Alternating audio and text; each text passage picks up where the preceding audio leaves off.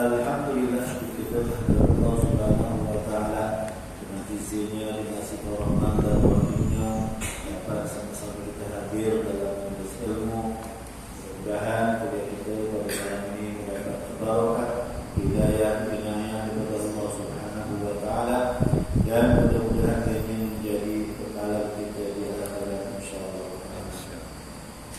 Alhamdulillah, kita sambung kuliah kita untuk surah 95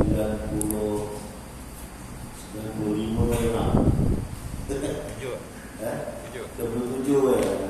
27 yalah, kurang sedikit lah ya.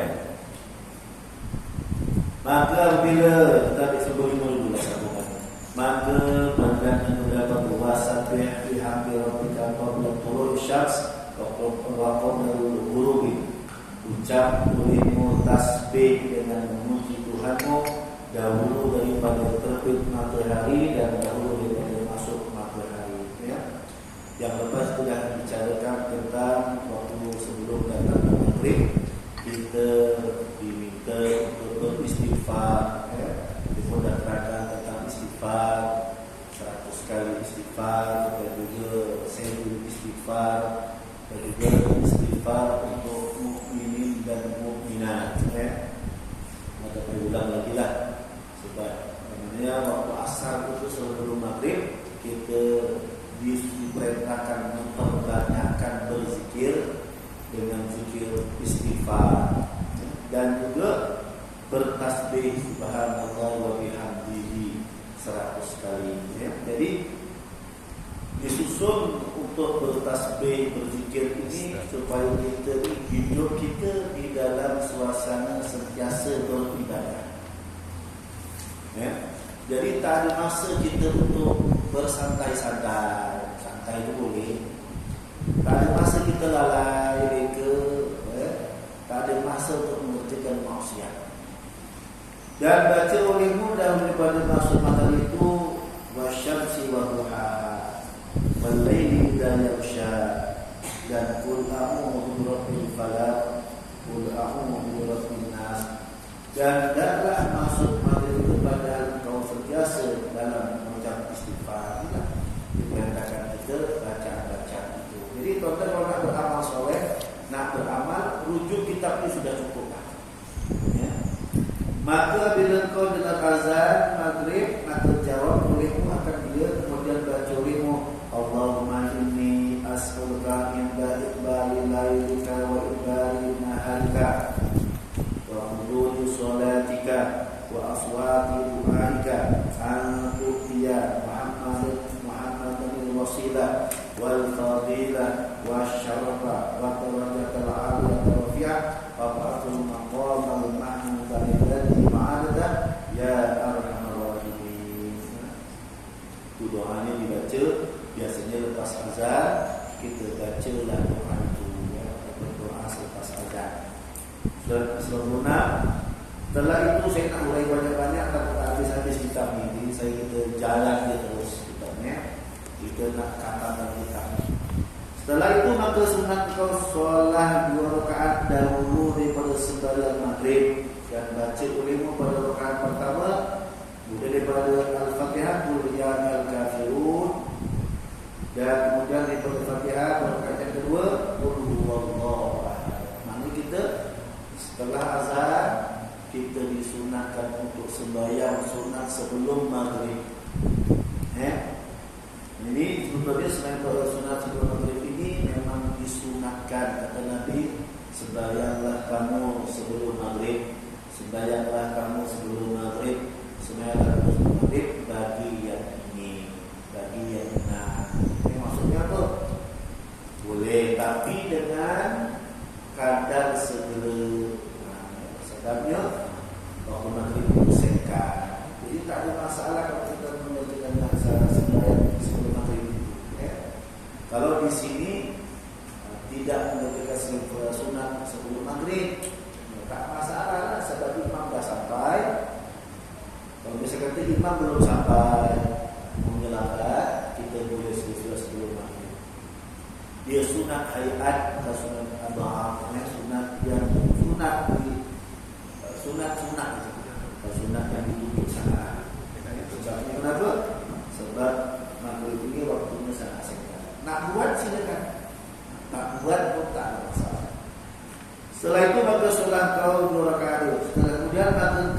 sembahyang fardu maghrib, kemudian daripada menjawab iqamah. Terus mainlah fardu maghrib. Setelah kita melakukan iqamah, kita sembahyang fardu maghrib. Setelah itu maka sembahyang kau 2 rakaat dahulu daripada kata-kata. Setelah kita sembahyang fardu maghrib, kita pun lepas kita biasanya di dalam masa Syafi'i ini ataupun kita lah di tradisinya masyarakat kita, lepas sembahyang sunat sembahyang fardu maghrib, kita pun berzikir beramai-ramai. Ya. Itu tradisinya ada sunnah wal jamaah aliran Asy'ariyah al-Maturidiyah, di mana kawasan Nusantara ini kita dengan membaca zikir-zikir. Imam lepas sembahyang, kita ikut imam membaca Ramadan. Walaupun jadi pertikaian oleh satu kuat sekarang ini, zikir ramai tak ada dalam hadisnya, tak ada pun dalam macam-macam. Padahal ada riwayat-riwayat tertentu yang membolehkan. Nabi pun pernah membaca zikir-zikir lepas sembahyang. Baca lah, ya.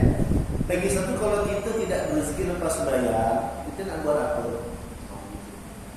Kita bukanlah jenis orang yang sentiasa nak membuat benda-benda ni.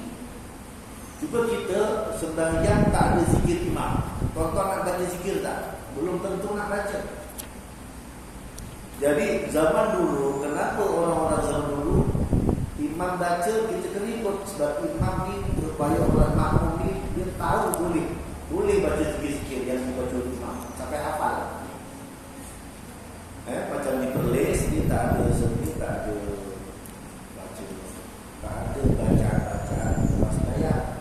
Masa itu di Jambi yang lepas begitulah, saya pergi ke satu masjid Ahlussunnah wal Jamaah. Memang maghrib macam kita ni lah, ada zikirnya, ada selawatnya. Kita sama sedikit macam kita. Ada doanya yang panjang-panjang. Saya pun pergi satu tempat lagi, tempat kelompok Salafi subuh.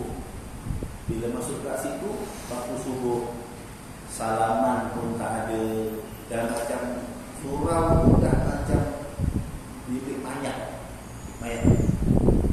Tak ada apa lah. Kalau di masjid Ahlussunnah wal Jamaah, sewajarnya masjid memang meriah dengan bersalam-salaman. Masjid itu besar, kemudian jamaahnya ramai. Sallallahu alaihi Muhammad, Muhammad, meriah. Datang satu masjid di surau, sunyi, semua senyap.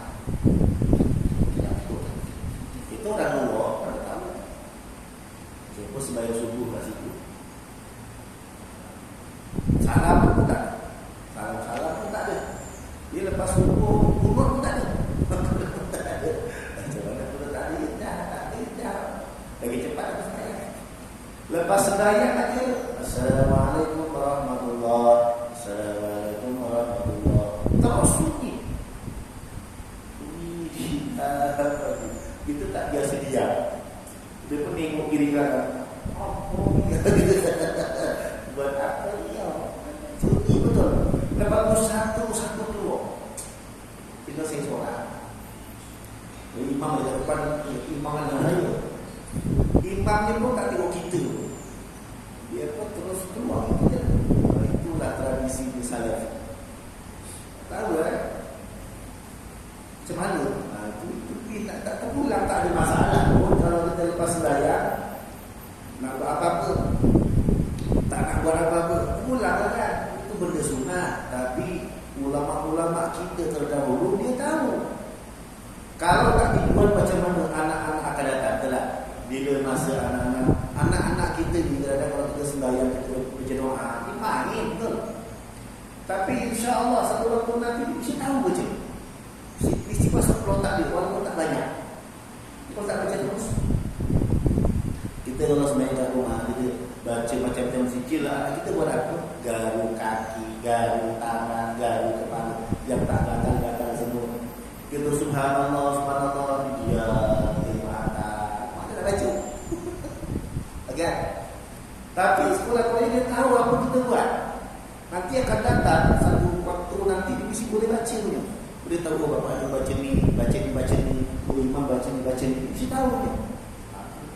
Jadi imam dulu tujuannya kenapa imam ini membaca zikir-zikir lepas sembahyang supaya dapat mengajar makmum membaca bacaan lepas sembahyang. Itu tujuan. Orang yang memang berpahaman bid'ah tidak masalah. Ulanglah tak paksa pun kalau tak nak baca tak apa. Pada dipaksa. Ada yang terpaksa tak.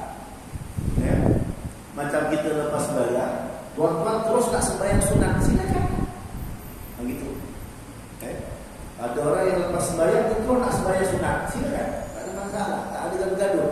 Kita duduk. Yang nak sembahyang sunat silakan. Tak ada masalah pun. Mana yang nak duduk. Sebab orang dulu, kenapa duduk? Dia tahu dia. Kalau dia tak duduk sama imam, dia tak akan baca. Dia pun baca dengan imam. Lepas baca, kita pun baca doa, kita pun berselawat,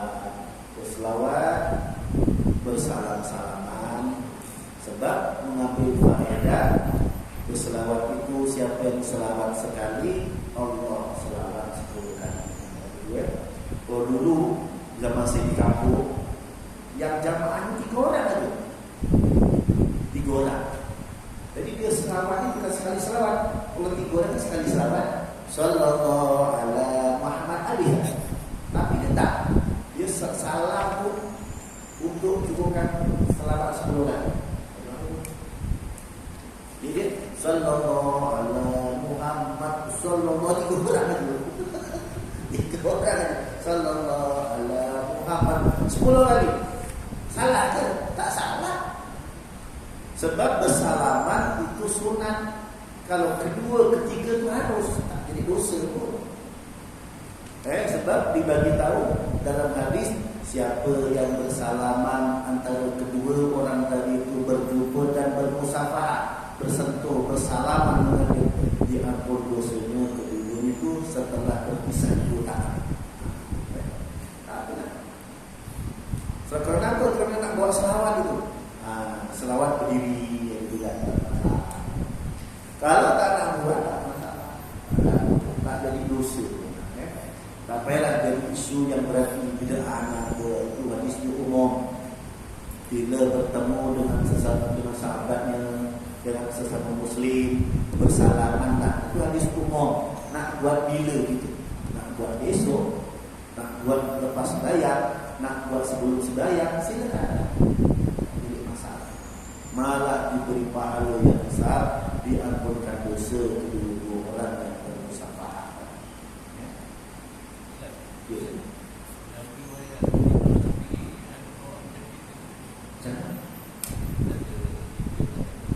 Ada, sebetulnya memang ada zikir. Saya lupa dalam satu kitab pun tentang memang Nabi pun pernah berzikir lepas sembahyang beramai-ramai. Yang siapa yang biasa keluar cepat. Yang biasa keluar cepat siapa tu yang dia tak berpakaian, di rumah tak berpakaian. Saya lupa lah riwayat. Memang ada satu bab untuk saya kata tu salah dah. Sahabat Nabi ni kan disuruh dulu untuk baca zikir. Walaupun ada yang kata Nabi baca senyap, sahabat-sahabat baca sendiri-sendiri. Namun ada riwayat Nabi beramai-ramai membaca zikir beramai-ramai. Ada tak dalil?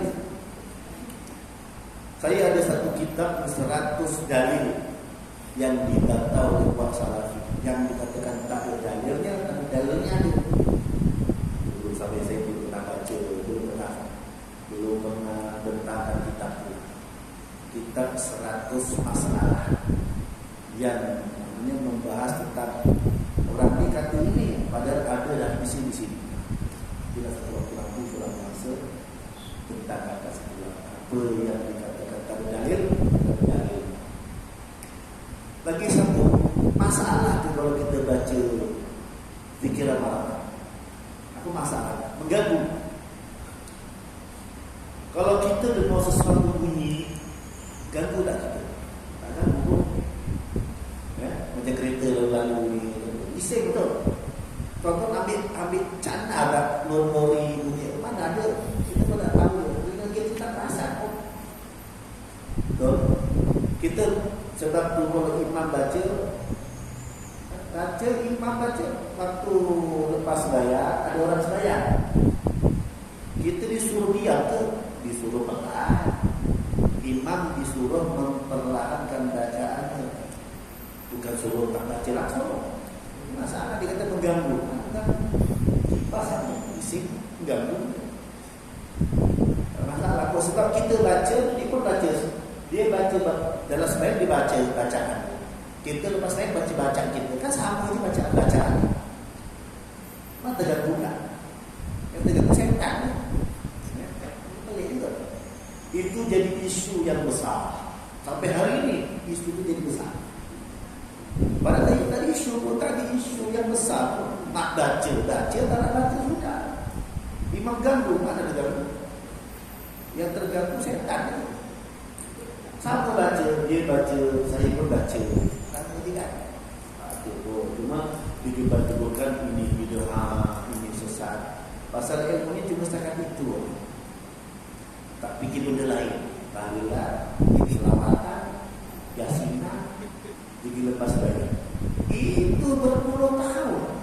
Dari saya pelik lah itu lagi dibincangkan. Saya tengok dekat YouTube tu, buat salah itu aja dibincangkan sampai hari kiamat kan. Cerita lah pasal perempuan, tutup aurat, cerita pasal riba. Apa cerita tu kan? Cerita yasinan ulama dah bagi tahu, diulang lagi. Cerita macam ni, cerita pasal baca tahlilan, baca doa lepas sembahyang. Jadi masalah sampai hari ini. Saya ingat dah dekat 40 tahun. Kenapa itu?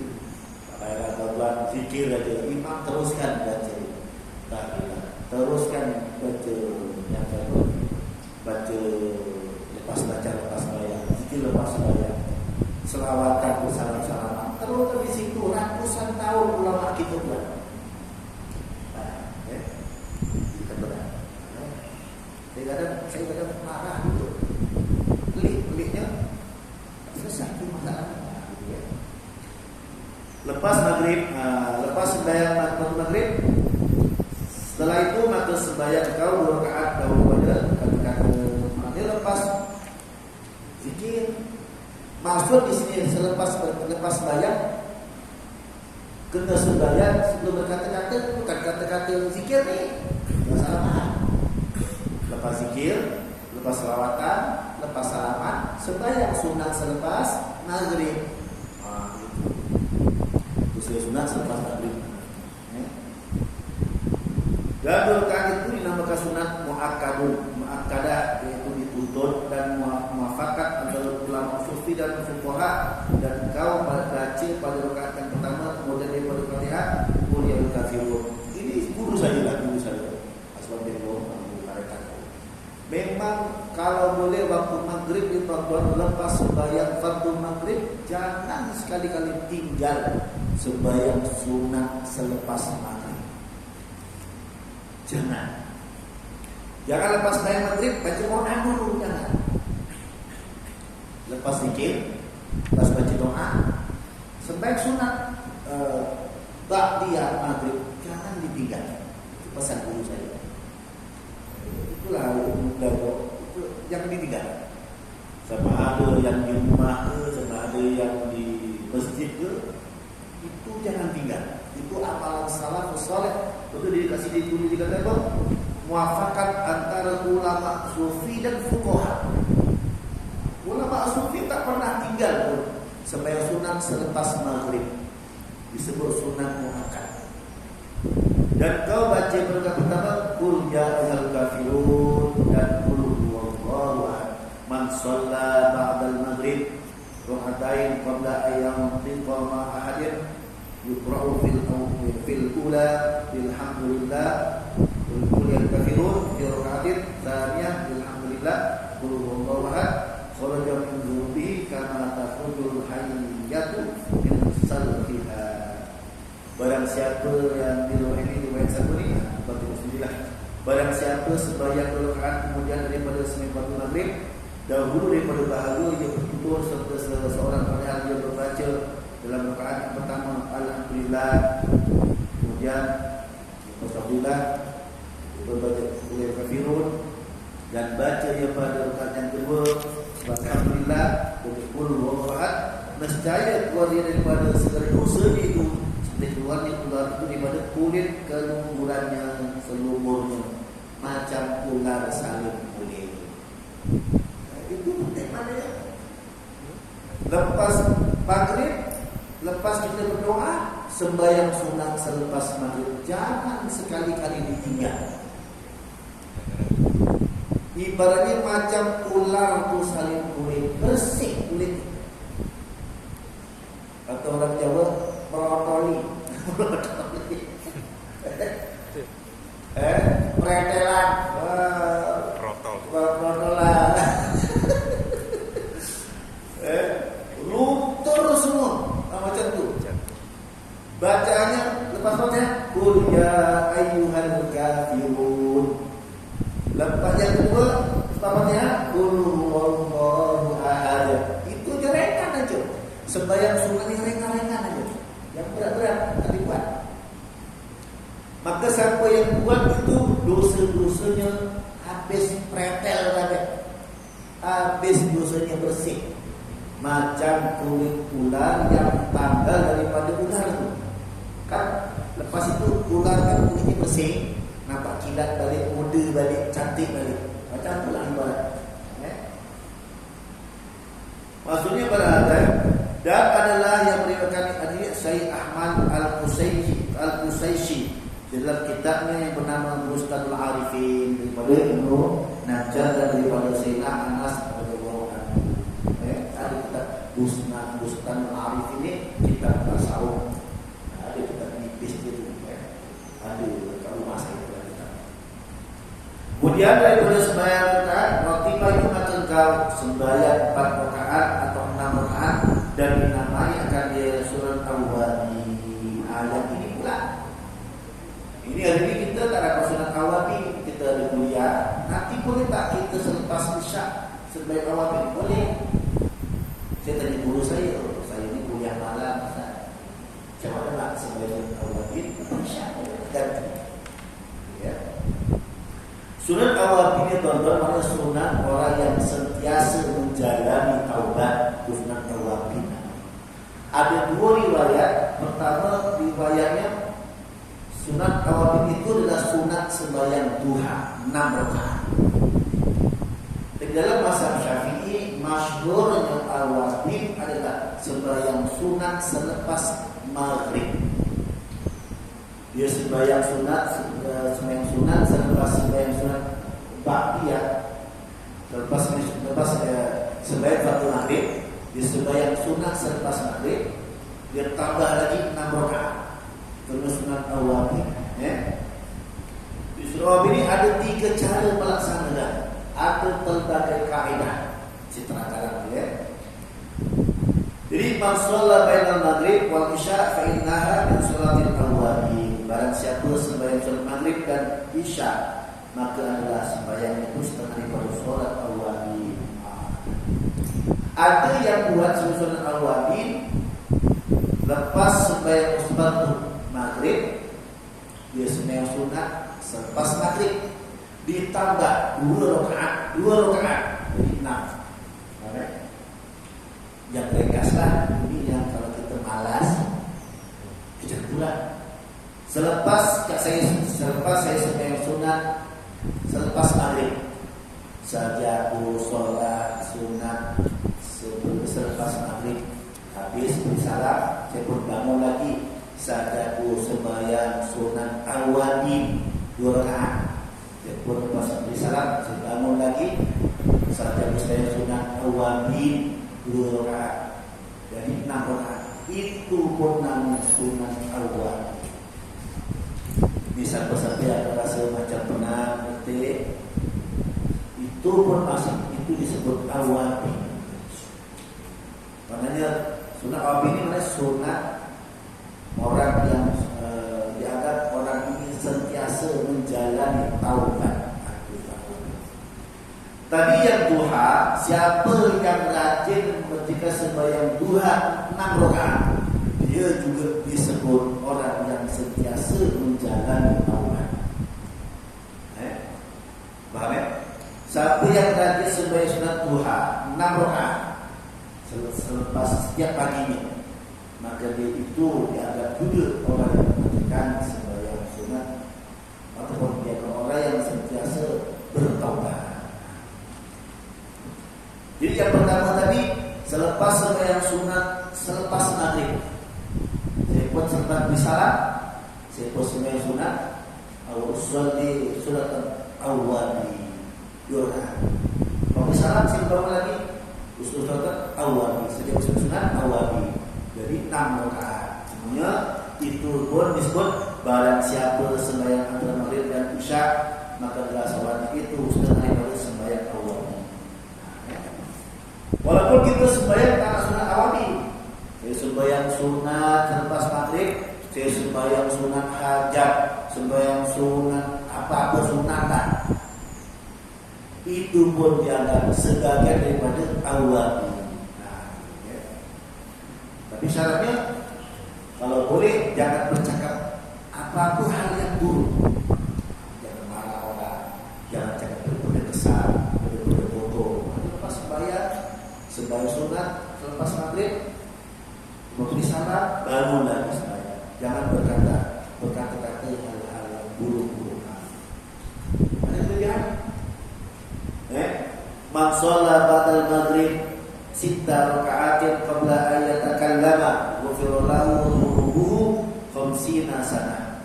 Barang siapa sembahyang daripada sembahyang maghrib 6 rakaat dahulu daripada dia berkata-kata yang saya diampunkan baginya dengan dia dosanya kira-kira 50 tahun lama.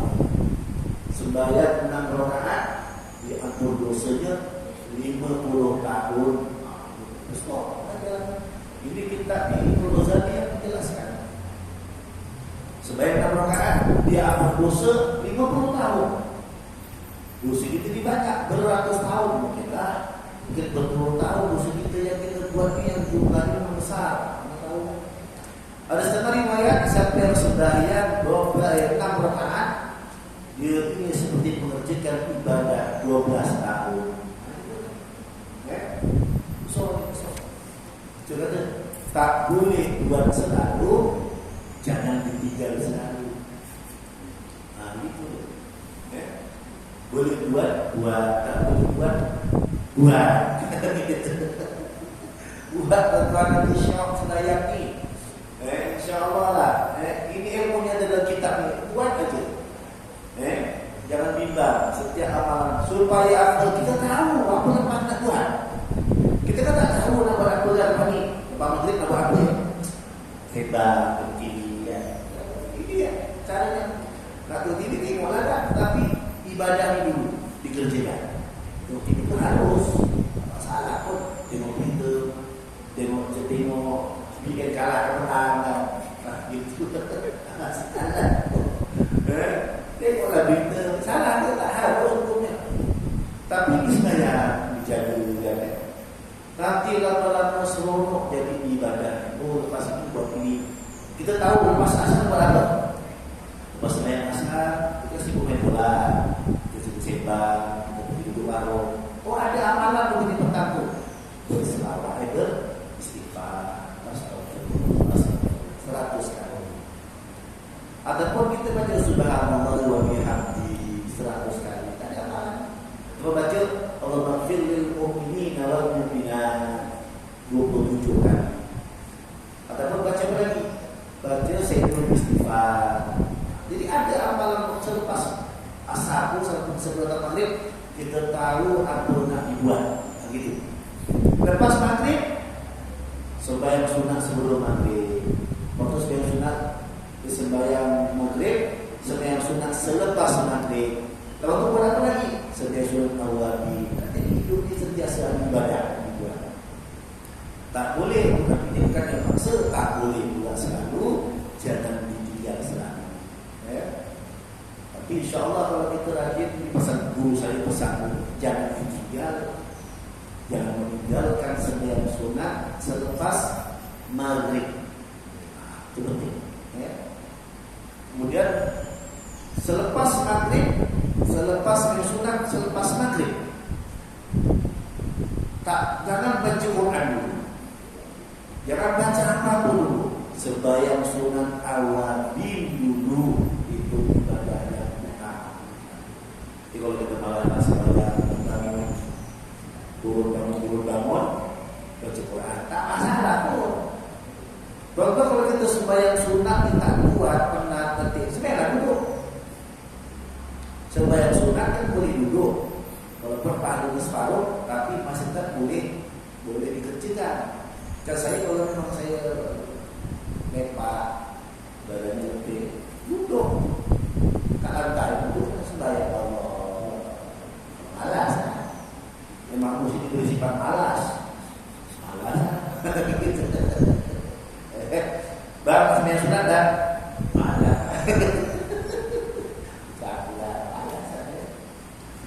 Bayarlah sunat tu ya. Ustaz, sunat awabin maksimum berapa rakaat? Ya. Sunat awabin maksimum. Awabin ini riwayat 6. Boleh tak buat 12? Silakan. Boleh. Tak ada mengatakan salah buat sembahyang sunat awabin sampai 20 rakaat. Silakan tak? Banyakkan sembahyang sunat. Ya. Tapi kebanyakan ulama di sembahyang yang paling banyak sampai ratusan rakaat sembahyang apa? Sunat mutlak. Kita disunatkan sembahyang sunat, jangan tinggalkan 10 rakaat atau 12 rakaat kan.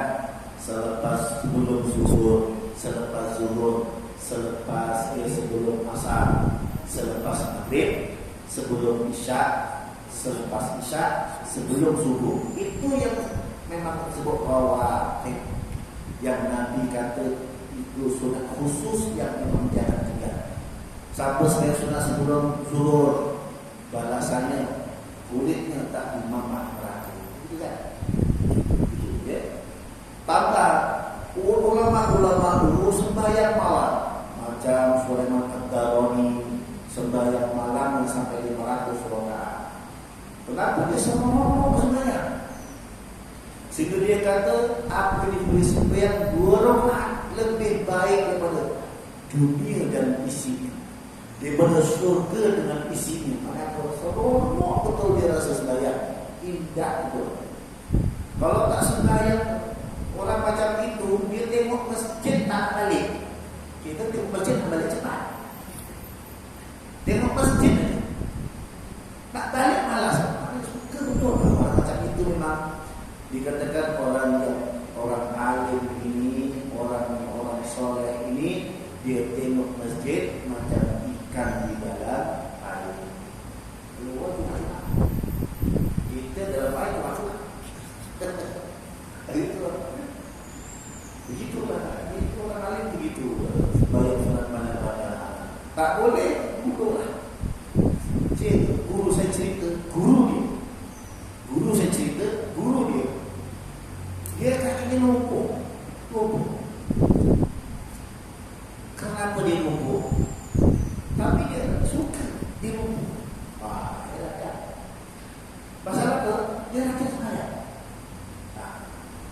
Berpuluh orang setiap hari sampai kakinya lemah. Dia duduk zikir itu sampai berjam-jam. Itu mana boleh? Kita yasinan duduk bersila aja, kejap selonjor kakinya, kejap buka kaki kanan, kejap kiri, kablah berdiri tak boleh. Kolesterol tinggi biasa. Itulah. Tapi guru berguru saya lah. Saya cerita guru dia, kaki dia sampai jam, tapi dia suka. Sampai kakinya dia lumpuh, tak boleh jalan. Sampai dia tua. Ditanya kenapa dia lumpuh? Sebab dia dulu zikir tu berjam-jam setiap malam. Tak tidur. Guru saya Dia tak tidur. Kami ikut kadang kita pening. Kita tak mampu nak ikut guru ni. Itu pun dia kata saya bukan bullshit. Bukan. Macam dia guru bullshit. Dia kata saya bukan bullshit. Guru saya kan. Kita bukan lupa masalah, lupa guru tinggi. Duduk main hitam dekat dikejar. Tak cepat. Ini salah. Guru saya, dia daripada maghrib bisa sembahyang sunat sampai tak subuh. Itu bertahun itu lagi guru saya. Muda dia guru saya. Tidur ini kan waktu lepas duha. Video ni itu memang untuk ibadah. Dia ada kelak suara bodoh. Dia nanti malam ada bodoh. Dia boleh dia sikit malam sembahyang malam. Memang wajah itu tengok tidur kita malu. Man sholat pada maghrib sita rakaatin qabla ayat takallama ghufira lahu dhunubuhu 50 sana. Jadi diampunkan dosanya orang itu, dosanya sekira-kira 50 tahun.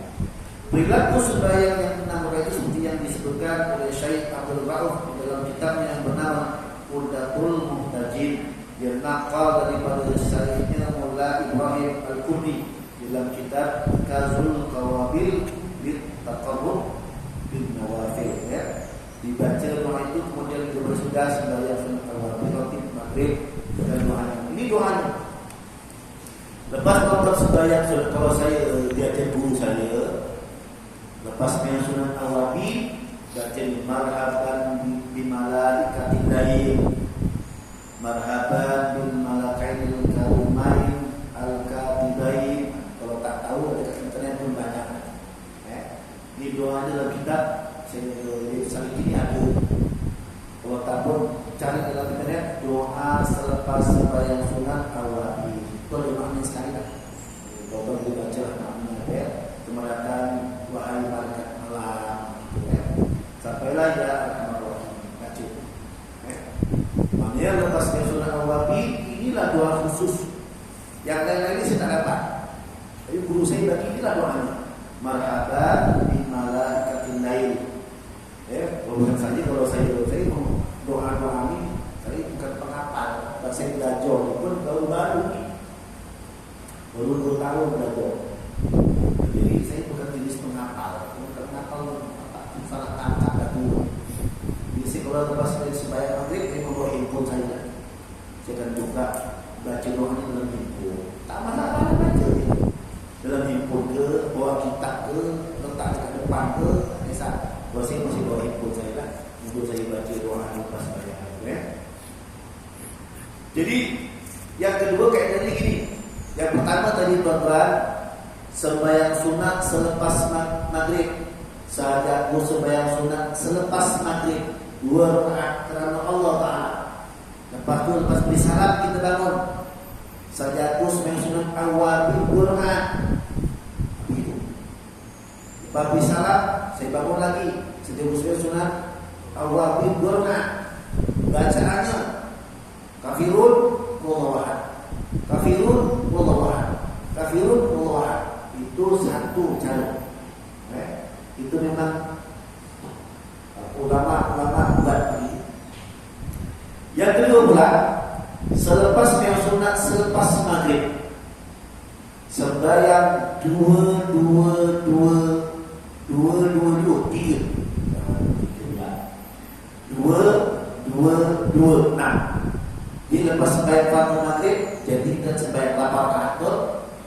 Selepas sembahyang sunat sembahyang fardu maghrib kita sembahyang sunat selepas maghrib. Selesai. Lepas itu kita buat 2 tawabin. Itu cara yang kedua. Boleh juga boleh. Dianggap sembahyang sunat tawabin yang sempurna itu. Tuan-tuan boleh pilih antara 3. Rasa-rasa agak letih, tasbih yang tadi 2 sembahyang sunat sebelum maghrib, selepas maghrib 2 awabin. Agak rajin sikit. Lepas sembahyang sunat selepas maghrib 2 awabinnya. Jadi 8 rakaat. Betul? Yang ketiga ini memang dalam kaifiyah dia. Solat kau 2 rakaat dengan niat hifzul iman, minta dipelihara iman serta awabin, demikian takdirnya. Usolli raka'ataini salata hifzil iman ma'al awabin sunatan lillahi ta'ala. Allahu Akbar. Saja aku sebagai sunat memelihara iman dan awabin 2 rakaat. Allahu Akbar. Boleh. Tuan-tuan nak jadi iman, nak pelihara iman dan sentiasa bertaubat buat sembahyang ini. Nah, gitu. Ya. Tapi bacaannya bukan pertama baca qul huwallahu ahad 6 kali. Qul a'udzu birabbil falaq sekali. Qul a'udzu birabbin nas sekali. Nah, ya. Jelas ya? Dan kemudian diberi salam baca olehmu. Ini kedua-dua rakaat baca itu. Lepas sembahyang sunat selepas maghrib kita pun bangun saja sembahyang sunat memelihara iman dan awabin 2 rakaat. Allahu Akbar. Lepas Fatihah baca qul huwallahu ahad Allahus samad 6 kali. Kemudian qul a'udzu birabbil falaq sekali. Betul, qul a'udzu birabbin nas sekali. Saya pula qul huwallahu ahad 6 kali. Salah aja nanti aku bilang qul a'udzu birabbil falaq sekali. Qul a'udzu birabbin nas pun sekali. Tapi selalu itu kedua-dua rakaat. Macam tu. Ini berat sikit lah. Gitu. Kemudian Allahumma salini bil iman wa hafazhu alayya fi hiyati wa inda wafati wa ba'da mamati. Waktu baca doa, ya Allah, tentukanlah aku dengan iman, kerana di atasku dengan kehidupanku, ketika kematianku dan selepas kematianku. Boleh baca doa ni. Tak baca pun tak. Ya, tak boleh apa seperti tadi. Kalau tak tahu tak hafal, letak dalam handphone macam saya buat. Kemudian setelah itu kau sembahyang lagi 2 rakaat dengan niat awabin jua usolli raka'ataini salatan awabin sunnatan lillahi ta'ala. Sunat awabin 2 rakaat. Bacanya apa? Kafirun qul huwallahu ahad. Yang ketiga yang kemudian selepas itu usolli raka'ataini salatan awabin ma'al istikharah sunnatan lillahi ta'ala. Allahu Akbar. Sunat awabin dan istikharah. Pertama sunat pelihara iman dan awabin. Kedua sebagai awabin saja. Ketiga sebagai sunat awabin dan istikharah. Ini kalau tuan-tuan ada sesuatu benda yang menjadi pilihan nak dipilih, sebenarnya lah. Kalau tak ada apa-apa, tuan-tuan boleh ambil langkah yang pertama tadi, boleh ambil langkah yang kedua tadi, boleh ambil langkah yang ketiga ini. Tuan-tuan boleh pilih salah satu antara 3. Rajin sikit, yang ketiga. Rajin sikit, kalau rajin sikit sangat, yang kedua. Kalau malas, agak-agak malas, yang pertama. Tapi tetap di atas sebagai sunat awabin. Buat, insyaAllah saya suruh diri saya lah. Di balik rumah sembahyang. Terus pesan guru saya macam mana? Kalau dapat satu ilmu hari ini tentang awabin, tuan-tuan buat walau sekali jadikan. Tak buat malam ni, malam besok. Tuan-tuan buat sekali jadikan. Tuan-tuan tinggal. Tak buat apa. Nanti insyaAllah satu waktu nanti akan turun hidayah. Dia akan rajin mengerjakannya bila sampai waktunya nanti.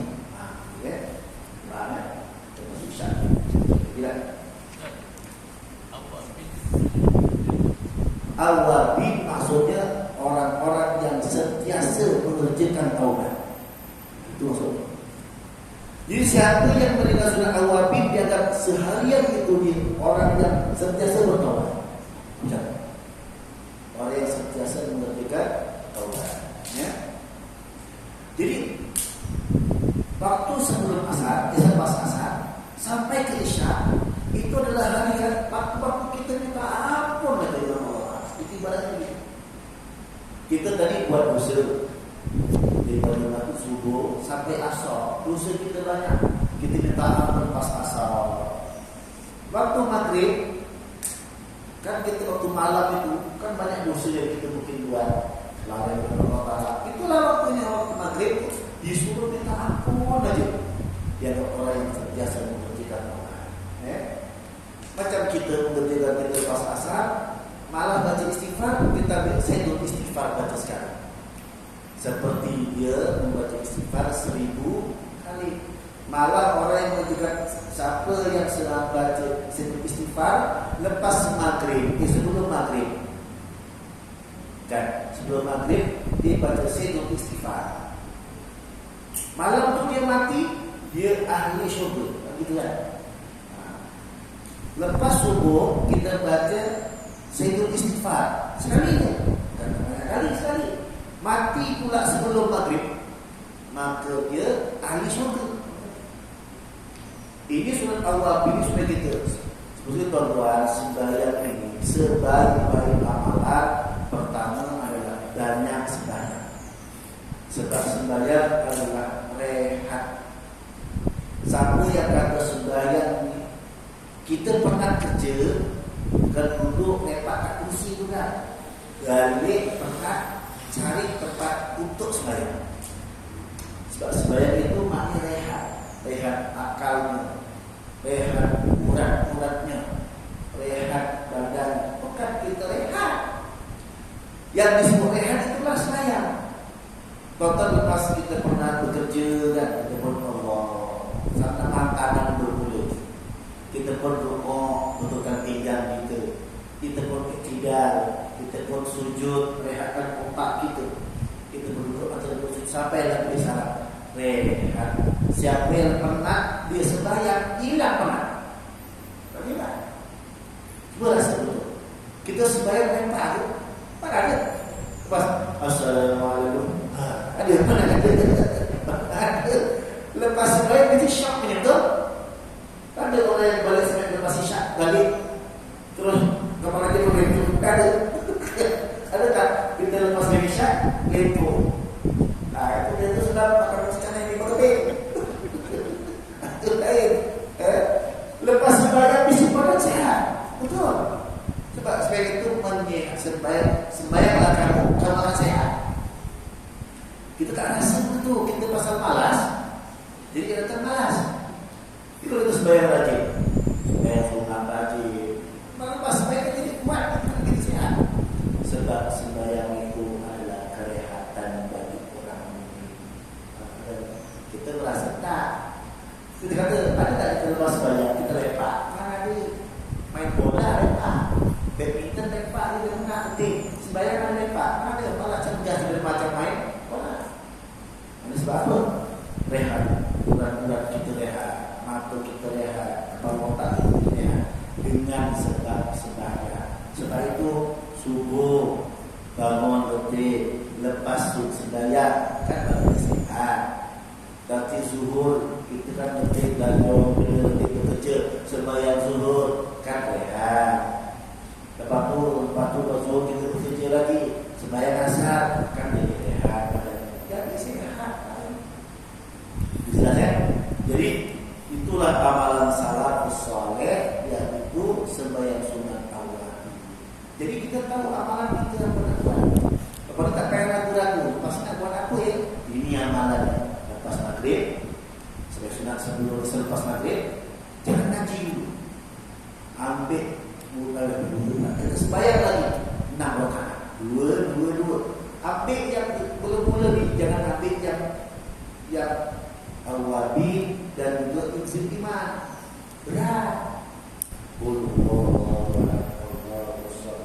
6 kali tak pula. Macam berat orang tidak.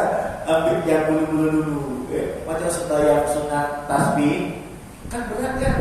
Kalau udah biasa buat lain. Dulu saya pernah sembahyang tasbih, subhanallah, alhamdulillah, wala ilaha illallah. Kencang kakinya. Bila pula ada ambil dua rakaat, malas ya. Malas. Aduh badannya.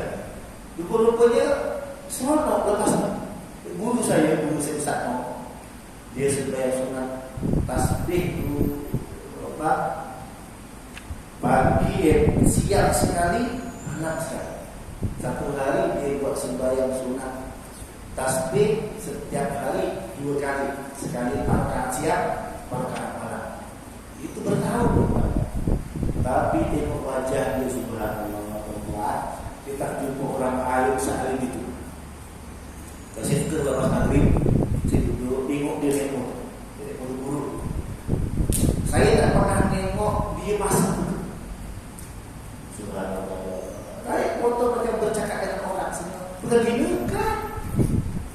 Alim belajar di Mesir 12 tahun.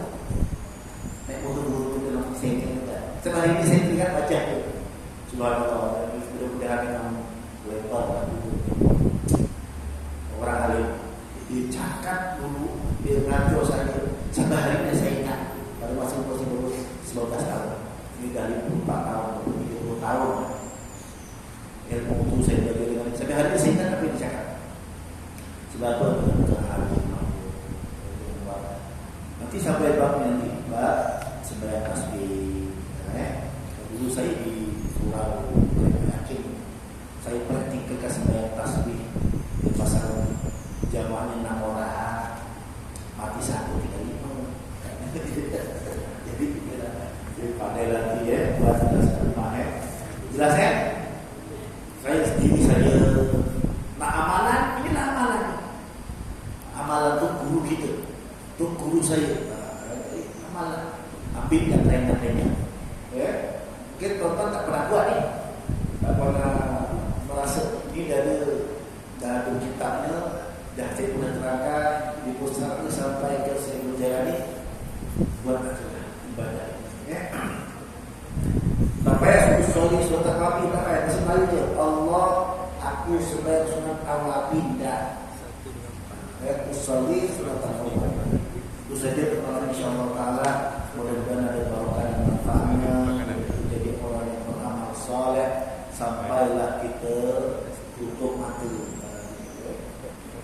Jadi bagi kita orang yang sentiasa beribadah kepada Allah Subhanahu Wa Taala, ikhlaskan diri kita ibadah ini hanya kepada Allah Taala. Kerana dipuji, kerana yang dipandang orang tidak dilihat. Itu saja. Kemudian ada beberapa manfaatnya kita separat dan Bismillahirrahmanirrahim. Bismillahirrahmanirrahim. Assalamualaikum